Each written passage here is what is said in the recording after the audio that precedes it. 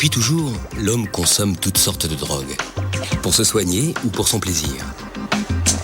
Alcool, cocaïne, morphine, c'est dans le cerveau que toutes les drogues agissent. Aujourd'hui, la biologie est capable d'expliquer leurs effets au centre de nos têtes. Et l'étude des drogues permet à la science de mieux comprendre le fonctionnement du cerveau. La cocaïne et son dérivé le crack, les amphétamines et les antidépresseurs ont pour point commun de procurer de l'énergie, de la confiance et une certaine euphorie. Ce sont toutes des drogues psychostimulantes. Dans les montagnes d'Amérique du Sud, la feuille de coca est une plante sacrée depuis des millénaires. Sous l'Empire Inca, on la brûlait et on la consommait lors de cérémonies en l'honneur du dieu soleil. Aujourd'hui encore, les sorciers indiens s'en servent pour des rites divinatoires.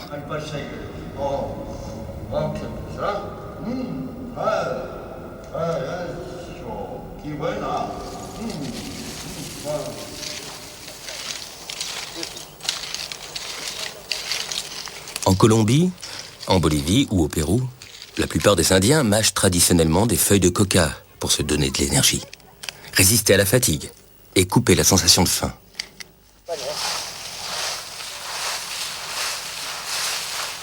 Si les paysans ont le droit de cultiver de la coca légale pour leur consommation personnelle ou pour la fabrication de médicaments, ils peuvent gagner au moins 2 fois plus en vendant leur récolte aux laboratoires clandestins qui fabriquent la cocaïne.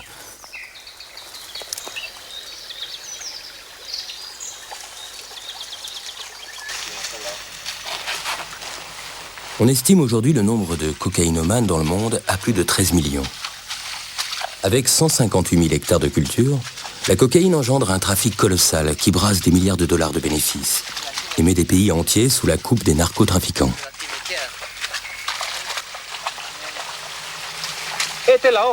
Là, c'est une feuille de coca. Ce qui sort là, c'est la drogue.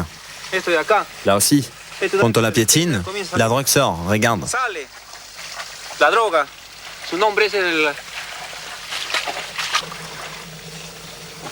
Pour atteindre la chimie subtile du cerveau, on fait plutôt au départ de la chimie lourde, avec de larges doses de chaux, d'acide sulfurique et de kérosène qui sert de fixateur.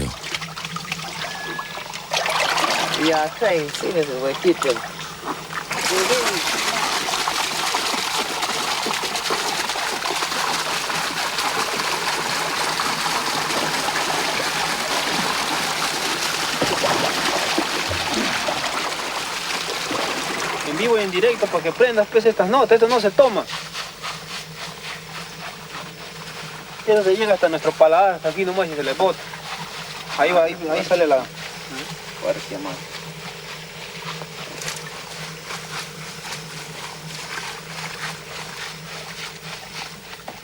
¿Has probado el palo? Goûte, dis-moi si c'est amer. Para la cuchara tengo que... Ah, pas encore.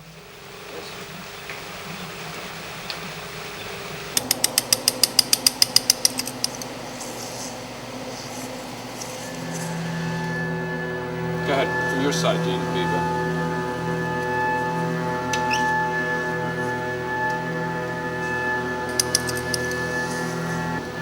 Okay, go ahead. Le laboratoire national de Brookhaven, près de New York, est un des seuls endroits au monde où des chercheurs comme Ji-Jack Wang peuvent étudier en temps réel le cerveau humain sous l'action des drogues.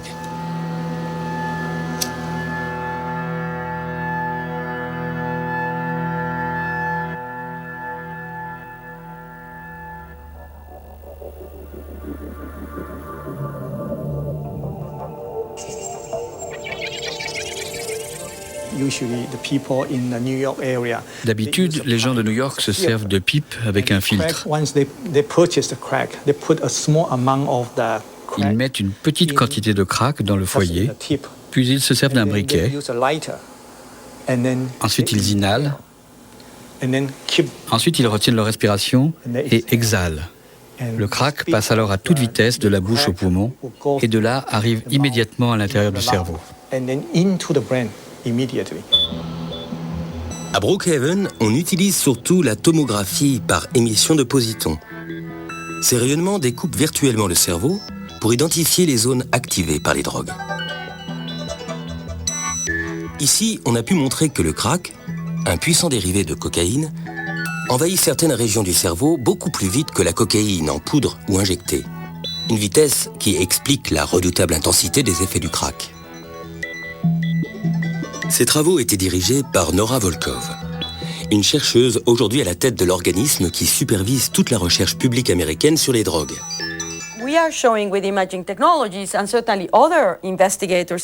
À l'aide des technologies d'imagerie et des recherches sur les animaux, nous et d'autres chercheurs montrons que l'administration répétée de drogues perturbe de façon fondamentale le fonctionnement du cerveau. Elle affecte la motivation. La motivation qu'éprouve une personne pour prendre des drogues devient alors extrêmement intense. Mais elle affecte aussi des zones du cerveau qui sont impliquées dans des opérations comme la prise de décision, le jugement, la capacité à contrôler ses actes. Elle affecte aussi les circuits de la mémoire, et pas seulement ceux qu'on utilise pour apprendre une langue, mais ceux qui sont impliqués dans le souvenir de nos expériences émotionnelles. À l'intérieur de la boîte crânienne, le cortex est la partie la plus visible. C'est le siège de nos facultés intellectuelles. Sous ces replis, dans une zone enfouie, se trouve le cerveau limbique, qui gouverne nos émotions et nos motivations. Ce cerveau émotionnel existe chez l'homme comme chez tous les mammifères. Et c'est ici que les drogues agissent.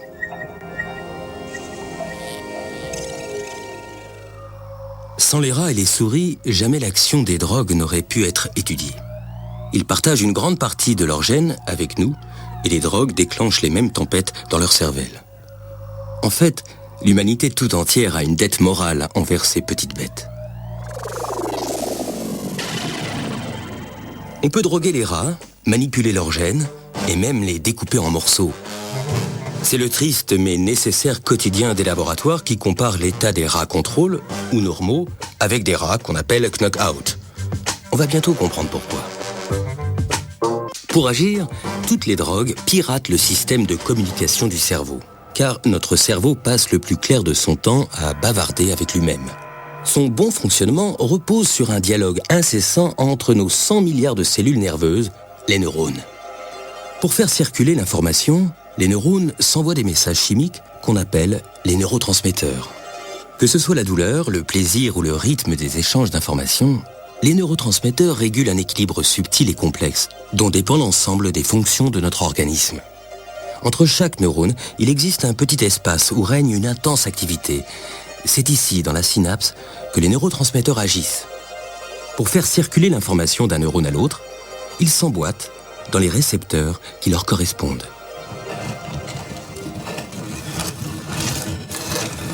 Pour mieux comprendre tous ces mécanismes, les chercheurs utilisent le knock-out, une technique qui consiste à supprimer des gènes chez les souris normales.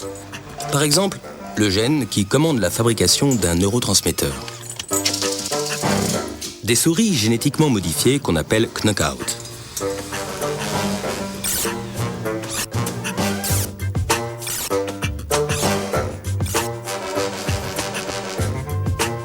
On connaît à ce jour des dizaines de neurotransmetteurs. Mais celui qui joue un rôle crucial dans la sensation de plaisir et l'attirance pour les drogues, c'est la bien nommée dopamine. Voici à quoi ressemble la dopamine au microscope sous sa forme cristallisée et sous sa forme de diagramme chimique. Une toute petite molécule dont Bruno Giros étudie les effets considérables dans le cerveau de souris normales et de souris knock-out. Toutes les drogues qui sont utilisées chez l'homme, nicotine, alcool, opiacés, cannabinoïdes, psychostimulants, toutes ces drogues ont en commun une chose qui est de libérer la dopamine. Donc la dopamine est effectivement au centre de ces circuits de récompense, pour ne pas dire des circuits du plaisir. La dopamine est également libérée par le jeu compulsif, par les activités sexuelles, par la prise de nourriture. Et c'est d'ailleurs cette activité sexuelle et cette prise de nourriture qui sont importantes pour la libération de dopamine. C'est-à-dire que ce sont des comportements de survie qui sont indispensables pour la survie d'une espèce. Les drogues ne font que mimer ces activités et donc vont en fait, en quelque sorte, abuser le système, le détourner à leur avantage. Le cerveau n'a pas été construit au départ pour être dépendant des drogues, mais il a été construit au départ pour mettre en place des systèmes de renforcement qui permettent justement cette activité sexuelle, cette prise de nourriture. Les drogues, d'une manière générale, vont donc leurrer ces systèmes pour les remplacer. Le cerveau associe le plaisir suscité par la drogue aux réflexes élémentaires de survie. Manger, boire, se reproduire. Voici comment ce mécanisme fonctionne au niveau d'une synapse. Vous avez d'un côté la terminaison nerveuse de l'animal normal qui libère la dopamine.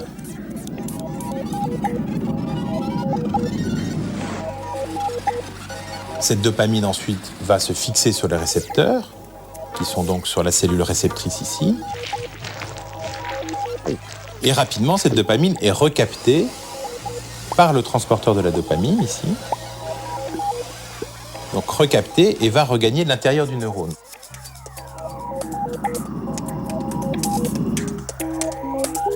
Chez la souris normale, à laquelle on a injecté de la cocaïne. La cocaïne, psychostimulant comme l'amphétamine, est une molécule qui va bloquer le transporteur de la dopamine.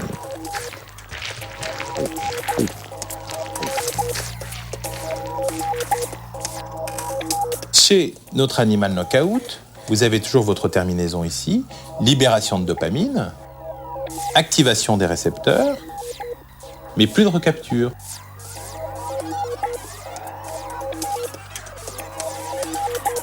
Donc vous avez beaucoup de dopamine ici à la synapse, et cette dopamine active les récepteurs de façon très importante, et vous voyez cette hyperlocomotion. Elles sont beaucoup plus actives et en fait, elles ont un comportement qui est tout à fait identique à celui qu'a la souris normale que vous avez vue, à laquelle on a injecté de la cocaïne. Une fois qu'on comprend ces systèmes, on peut identifier des leviers sur lesquels on va aller tirer pour mettre en jeu moins de libération de dopamine, plus de libération de dopamine, et ensuite aller chez l'homme et tester ces hypothèses avec des molécules qui sont à notre disposition ou qu'on va développer dans les années qui viennent. Donc évidemment, ce modèle souris, on ne va pas lui demander des troubles de la pensée comme ceux qu'on observe chez l'homme, mais tout ce qui est derrière ces troubles de la pensée, toute la neurobiologie, elle est strictement la même. C'est juste l'expression de cette neurobiologie qui, par exemple, chez la souris, va s'exprimer par du mouvement et qui, chez l'homme, va s'exprimer par un flux de pensée. C'est en étudiant ces mécanismes sur les souris knockout que les chercheurs peuvent identifier les innombrables fonctions de la dopamine dans notre cerveau. Des études qui déboucheront un jour sur de nouveaux médicaments.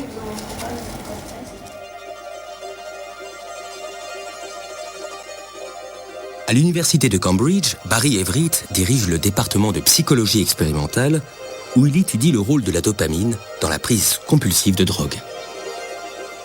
Ce qui est intéressant avec ces drogues, c'est qu'elles affectent directement le mode opératoire de ce circuit de la dopamine. Mais les opiacés, comme l'héroïne et la morphine, interagissent avec leurs propres cibles dans le cerveau. Ce sont des récepteurs et des cibles qui ne sont pas ceux des neurones à dopamine. Elles interagissent avec ce qu'on appelle les récepteurs opioïdes. La nicotine, comme son nom l'indique, interagit avec le récepteur nicotinique de l'acétylcholine. Le cannabis interagit avec le récepteur cannabinoïde. L'alcool interagit avec beaucoup de choses, parmi lesquelles les récepteurs NMDA et GABA. Donc, chaque différente classe de drogue a sa propre cible chimique dans le cerveau. Et l'une des grandes théories qui prévaut pour expliquer pourquoi toutes les drogues sont addictives, bien qu'elles viennent de classes différentes, c'est qu'à travers leurs différents sites d'action primaire, leur action converge vers ce circuit de la dopamine. Donc, d'une façon ou d'une autre, la dopamine monte au cerveau.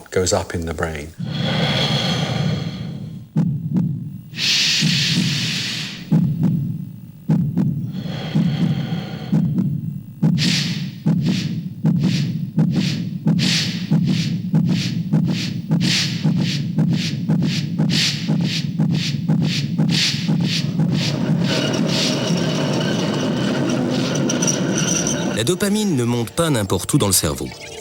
Elle se concentre dans le cerveau limbique, en particulier dans le striatum, qui gère nos mouvements réflexes et inconscients.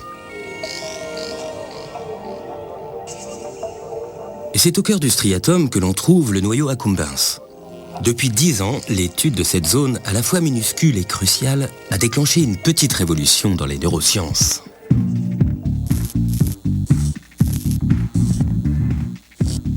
De la vie générale, le noyau accumbens semble être le centre des sensations de plaisir provoquées par la dopamine.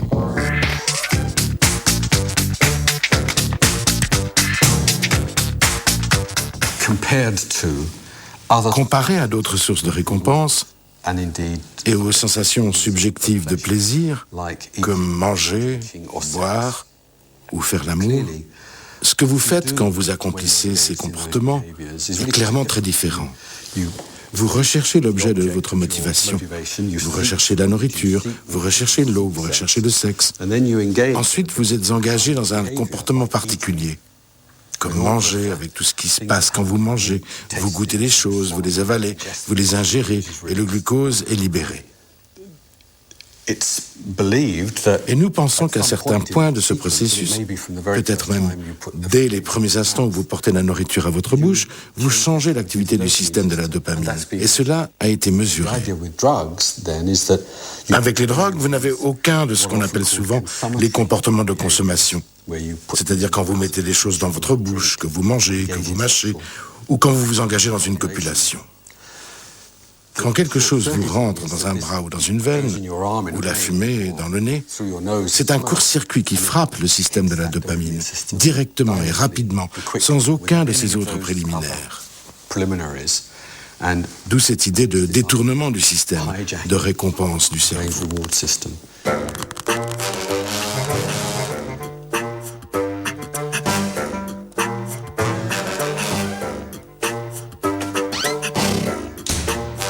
Sous l'action de la cocaïne, la dopamine reste active dans les synapses 300 fois plus longtemps qu'à l'état normal. Certaines études montrent que cette avalanche dans le cerveau des cocaïnomanes finit par endommager les récepteurs de la dopamine.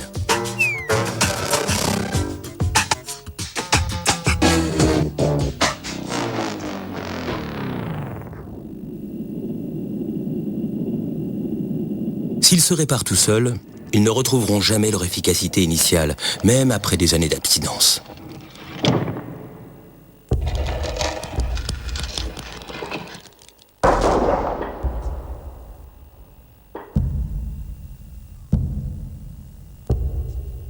Des dégâts cérébraux qui entraînent des symptômes dépressifs et des difficultés de concentration.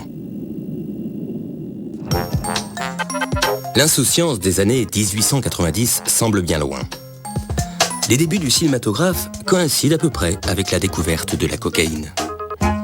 Longtemps en vente libre, la cocaïne est immédiatement adoptée par les artistes, les stars d'Hollywood et le milieu de la nuit.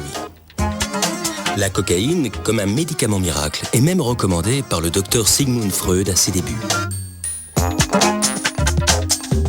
Mais la cocaïne se boit surtout sous la forme du célèbre vin Mariani, dont les clients enthousiastes comptent des champions sportifs, des grands écrivains et le pape Léon XIII. Le Coca-Cola contient de la cocaïne jusqu'en 1903 et se présente alors comme un tonique du cerveau et une boisson revigorante. La cocaïne est finalement interdite dans le monde entier à partir de 1914. En provoquant un afflux constant de dopamine dans les synapses, la cocaïne démultiplie l'euphorie et l'énergie mentale pendant quelques instants.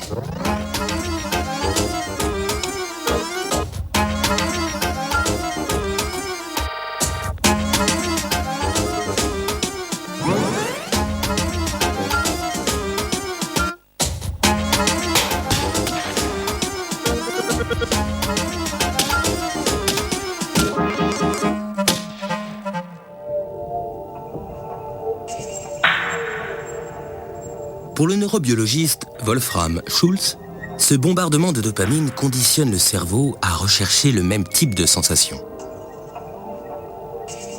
C'est un signal de récompense pour le noyau accumbens. Grâce au circuit de la dopamine, la récompense active de façon importante le noyau accumbens. Si l'on montre à un être humain l'image de quelque chose de gratifiant, par exemple un billet de 10 livres, et qu'on observe son cerveau, le noyau accumbens va être nettement stimulé. Ce phénomène est dû à l'activation du système de la dopamine qui arrive dans le noyau accumbens. La récompense stimule aussi le striatum, mais un peu moins. Une récompense peut être un liquide, de la nourriture, un stimulus sensoriel ou visuel. Cela peut être aussi de la bonne musique. Il n'existe pas d'organe sensoriel spécifique pour la récompense. La récompense est définie par le comportement et elle a peut-être 3 fonctions majeures. La première fonction, c'est qu'on revient vers une source de récompense. Par exemple, j'appuie sur le bouton d'une machine, je ne sais pas ce qui va se passer, et une bouteille de coca sort. J'aime le coca, je vais donc le refaire. C'est la fonction d'apprentissage de la récompense.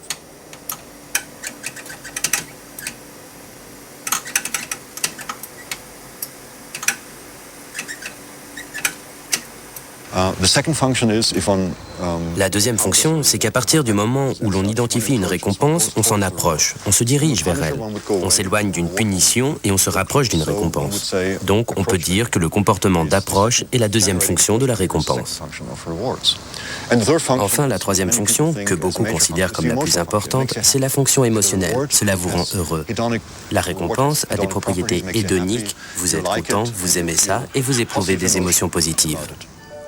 بدي بطل بدي بطل بدي بطل بدي بطل بدي بطل بدي بطل بدي بطل بدي بطل بدي بطل بدي بطل بدي بطل.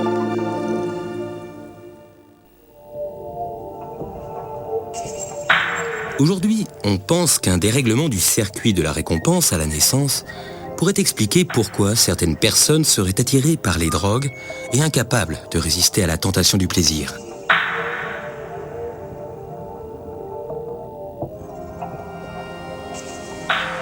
This is an experiment that's actually Une expérience fréquemment pratiquée sur les humains consiste à mesurer un aspect de l'impulsivité, à savoir la capacité d'attendre pour obtenir une récompense plus grande.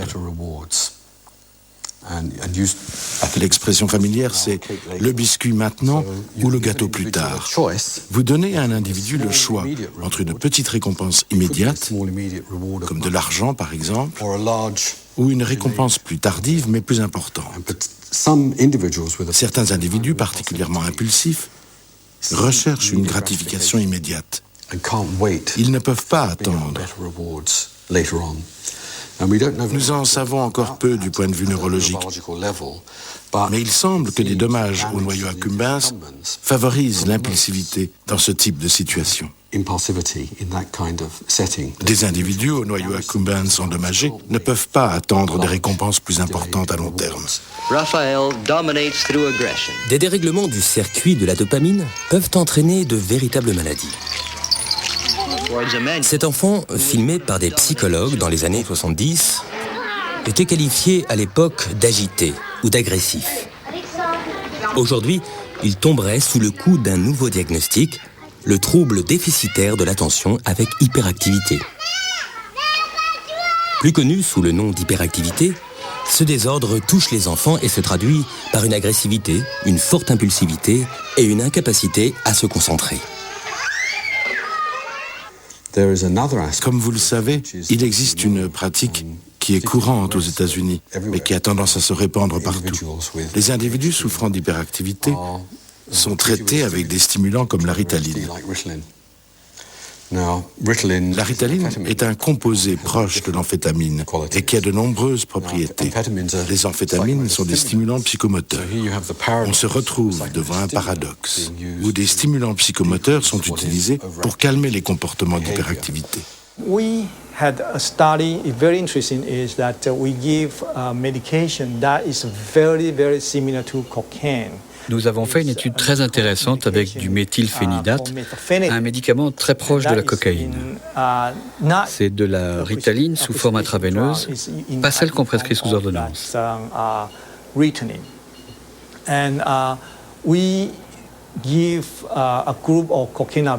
Nous en avons injecté à un groupe de cocaïnomanes et nous avons découvert que la majorité aimait ça. Ce qui est très intéressant, c'est que nous avons découvert qu'ils prenaient de la cocaïne parce qu'ils souffraient d'hyperactivité. Ils utilisaient la cocaïne pour se traiter eux-mêmes et se sentaient beaucoup mieux dès qu'ils en prenaient. Lorsque nous avons compris ça, nous les avons orientés vers des psychiatres pour soigner leur hyperactivité. Depuis, ils ne prennent plus de cocaïne.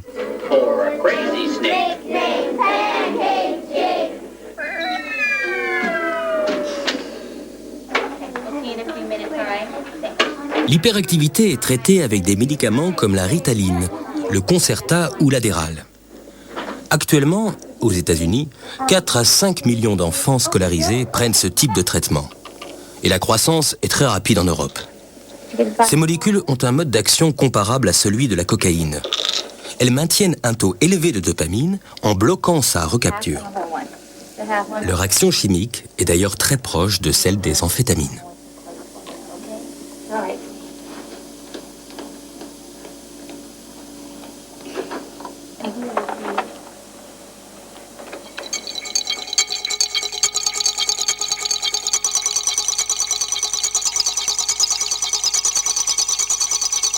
En vente libre dans les années 30, les amphétamines se trouvent sous la forme d'inhalation contre l'asthme, puis de remontants ou de coupe-faim. Les sportifs, les camionneurs, les hommes politiques et les militaires y recourent largement. Cave by cave and one by one. On peut même dire que la Deuxième Guerre mondiale s'est déroulée sous amphétamines. Les armées allemandes, américaines et anglaises distribuaient des rations d'amphétamines à leurs soldats pour lutter contre l'épuisement. Plusieurs historiens ont même avancé qu'Hitler en recevait des injections quotidiennes. L'inconscience des kamikazes japonais s'explique en partie par leur grande consommation d'amphétamines. Après la défaite du Japon, les stocks se retrouvent en vente libre et la toxicomanie aux amphétamines devient un problème majeur dans le Japon d'après-guerre. Aujourd'hui encore, plus de 3 millions de Japonais carburent aux amphétamines.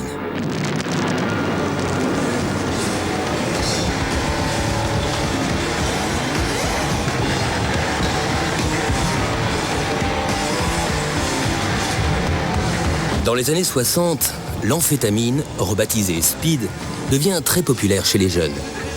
C'est sous amphétamine que les Who chantent My Generation et fracassent leurs instruments à chaque fin de concert.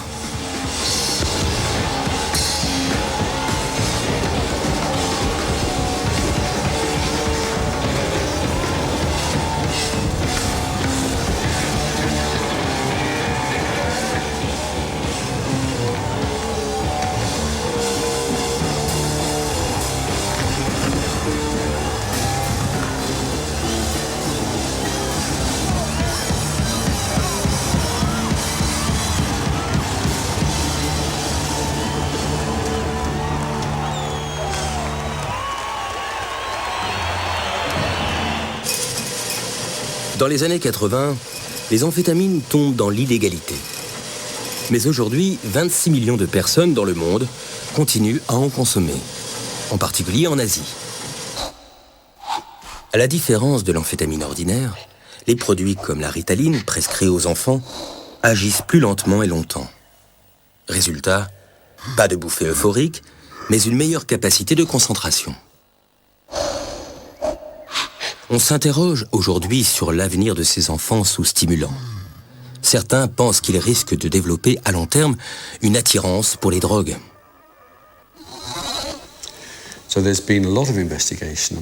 Plusieurs études ont été réalisées pour essayer de voir si le fait de donner à ces enfants des médicaments psychostimulants à un âge vulnérable du développement du cerveau, sensibiliserait leur cerveau à une future addiction. Je dirais que les informations obtenues sont ambiguës. Certaines ont montré une augmentation de la vulnérabilité face à la dépendance chez les individus traités à la Ritaline pour leur hyperactivité. D'autres études ont montré le contraire. Bref, la conclusion n'est pas si simple. Le nombre de patients traités pour leur hyperactivité semble considérable. Mais ce n'est rien comparé aux 300 millions de consommateurs d'un autre type de psychostimulant délivrés sur ordonnance, les antidépresseurs.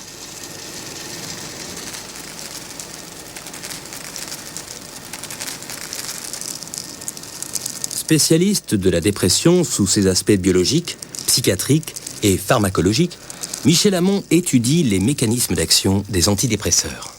La dépression, intuitivement, on sait ce que c'est, bien sûr. C'est de l'humeur triste, c'est la définition accessible à tous. Mais c'est aussi un certain nombre de symptômes qui démontrent très clairement qu'on a affaire à une pathologie, une véritable maladie. C'est en particulier une mésestimation de soi. On a l'impression qu'effectivement on ne vaut plus rien. C'est aussi une perte de la motivation, une perte de l'élan vital en quelque sorte. C'est-à-dire qu'on on a une incapacité à rechercher, à éprouver le plaisir dans la vie quotidienne, les activités de la vie quotidienne, et compris s'exprimer dans le travail, par exemple. Donc là, on perd cette motivation. On estime environ à 15% de la population qui peut présenter à un moment ou un autre de son existence, effectivement, un épisode dépressif. On sait aujourd'hui que le cerveau des dépressifs présente un déficit en sérotonine, qui est un neurotransmetteur indispensable à notre bien-être. Ce déficit en sérotonine touche plusieurs zones du cerveau. D'abord, le striatum, qui gère les mouvements inconscients. Puis, le thalamus et l'hypothalamus, qui régulent des fonctions corporelles, comme la température, l'appétit et le sommeil, des fonctions perturbées chez les dépressifs. Deux autres structures sont aussi touchées. L'amygdale, qui déclenche les réflexes de peur, et l'hippocampe, qui traite la mémoire de nos émotions.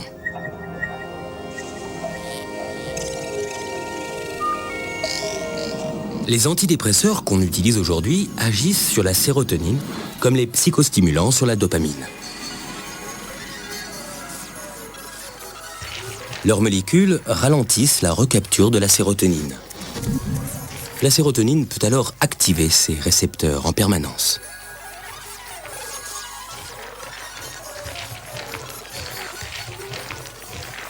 On connaît les cibles des antidépresseurs. Ce sont les neuromédiateurs qu'on appelle les monoamines.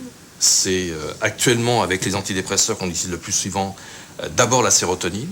C'est aussi la noradrénaline, et on développe maintenant des médicaments qui ont la cible mixte, sérotonine, noradrénaline. Et puis ensuite, il s'avère que quand on agit sur ces neuromédiateurs, eh bien la dopamine est touchée aussi. Et la dopamine, c'est l'hormone du plaisir, c'est aussi la capacité de rechercher, d'éprouver le plaisir, ce qui a été perdu chez le sujet dépressif. Mais ça ne veut pas dire que seuls les neurones qui contiennent la sérotonine sont activés. C'est une espèce de cascade, c'est-à-dire à partir du moment où la sérotonine va mieux, eh bien, ça retentit aussi sur la noradrénaline, sur la dopamine, et l'ensemble des systèmes à monoamine d'abord, et puis les autres systèmes de neurones aussi, eh bien, effectivement, ont leur activité améliorée, en partie rétablie. Michel Hamon travaille aujourd'hui sur des molécules qui ne s'attaqueront plus seulement aux symptômes de la dépression, mais à leur cause directe, le stress.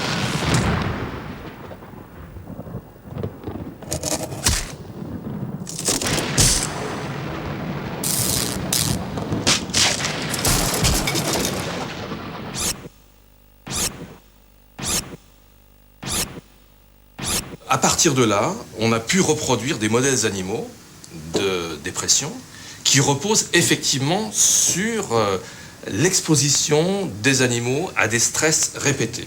Et il y a un modèle qui est très validé de ce point de vue-là, qui marche très très bien. Et donc on va traiter ensuite les animaux avec des antidépresseurs, et on s'aperçoit qu'effectivement, les déficits comportementaux qu'on a induits par les stress répétés et qui s'apparentent beaucoup aux symptômes de la dépression chez l'homme peuvent être corrigés par les antidépresseurs. Donc à partir du moment où on a trouvé ça, eh bien, on a pu explorer chez l'animal ce qui se passe dans l'organisme et en particulier au niveau cérébral. Et ça consiste réellement en une avancée dans la connaissance des processus biologiques associés aux troubles dépressifs. Dans le cerveau, le stress s'attaque d'abord à l'hypothalamus, l'un des régulateurs de l'appétit et du sommeil. L'hypothalamus transmet alors ses ordres à l'hypophyse, une glande minuscule et toute puissante qui sécrète une autre forme de messager chimique, une hormone. Contrairement aux neurotransmetteurs, cette hormone, appelée ACTH, est capable de voyager par vaisseau sanguin dans toutes les parties du corps. Donc si c'est une hormone, ça veut dire qu'elle est libérée dans le sang et va agir sur une cible, en l'occurrence une glande qu'on trouve sur les reins et qui s'appelle par définition glande surrénale. Et dans la zone, dans l'écorce, qu'on appelle le cortex de cette glande, se trouve donc la cortico-surrénale. L'ACTH agit sur des cellules à ce niveau et excite ces cellules, et ces cellules vont libérer maintenant ce qu'on appelle le cortisol. C'est l'une des hormones, et c'est même, je dirais, l'hormone majoritaire, qui permet à l'organisme de réagir au stress. Le cortisol déclenche une mobilisation générale de l'organisme et une exploitation intensive de ses réserves d'énergie, les sucres et les graisses. Puis, le cortisol retourne au cerveau pour informer l'hypothalamus qu'il a fait son travail. Et normalement, quand le stress a disparu, le cycle s'apaise et l'organisme retrouve son état d'équilibre. Mais il arrive que le cortisol s'emballe et qu'il tourne sans s'arrêter. C'est la voie ouverte vers la dépression.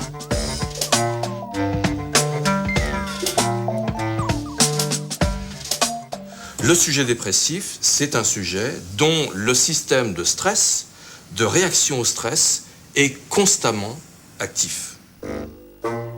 L'idée, c'est d'empêcher cette action du cortisol. Et donc d'agir directement sur cet axe pour ralentir son activité.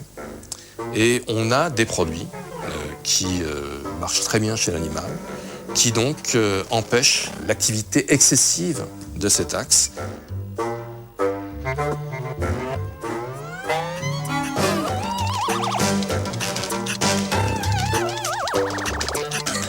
Il y a des tentatives qui ont été faites déjà chez l'homme, avec des résultats qui semblent encourageants. Le fait d'être déprimé, etc., c'était quand même considéré comme quelque chose de négatif il y a encore quelques années, et ça l'est certainement encore dans certains milieux, alors que c'est une vraie pathologie, c'est une vraie maladie, les gens souffrent, et il y a un substratum biologique, on voit dans le cerveau ce qui se passe dans le cerveau malade, et on voit ce que font les médicaments sur le cerveau malade. Donc compte tenu de ça, pour moi c'est une pathologie, au même titre que la dépendance aux drogues. Un toxicomane, c'est quelqu'un qui est malade. C'est pas quelqu'un qu'on doit traiter ou considérer comme un délinquant. C'est un malade. Encore une fois, il a eu une certaine appétence pour le produit, pour la drogue à un moment donné. Et du cerveau, notre volonté et le contrôle de nos pulsions dépendraient-ils de l'équilibre interne de notre cerveau? L'une des qualités les plus précieuses du comportement humain, c'est le contrôle volontaire. Après tout, quand on y pense, la liberté est une des valeurs les plus importantes. Les gens se battent pour elle. Mais la liberté n'a de sens que s'il y a contrôle volontaire. Pour que nous soyons capables d'exercer un contrôle volontaire, certaines zones du cerveau doivent fonctionner correctement. Et si elles ne fonctionnent pas correctement, peut-on alors parler de contrôle volontaire?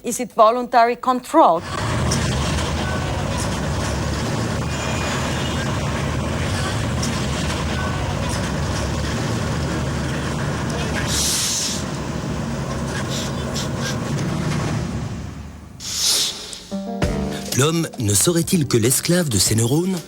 Nos décisions sont-elles le fruit de nos raisonnements ou le produit de la grande pharmacie qu'est notre cerveau? Que devient notre libre arbitre dans tout ça ? On a tendance à penser que le libre arbitre existe, mais ce n'est qu'une supposition. Autrement, nous aurions beaucoup de problèmes pour gérer les gouvernements, l'État et nos civilisations. Mais quelle est la limite du libre arbitre ? À quel point est-il influencé par l'inconscient, par exemple, ainsi que par les récompenses qui agissent sur l'inconscient ? On ne sait pas, je ne sais pas. C'est une question très complexe. Et si vous me demandez un domaine de recherche majeur, en voici un, la question du libre arbitre.